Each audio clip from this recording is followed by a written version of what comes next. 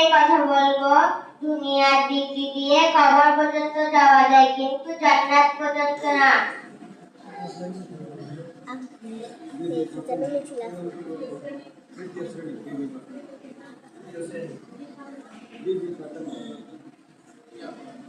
সম্মানিত সভাপতি ও শিক্ষকগণ এবং উপস্থিত সকল ভাই ও বোনেরা, আসসালামু আলাইকুম ওয়া রাহমাতুল্লাহি ওয়া বারাকাতুহু।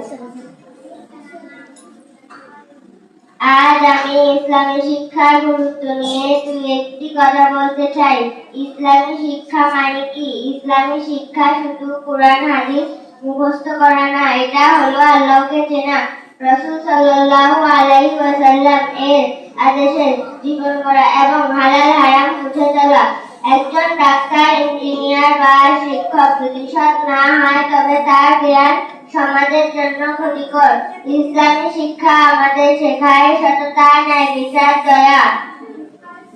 এক্ষেত্রে আমাদের করণীয় কি?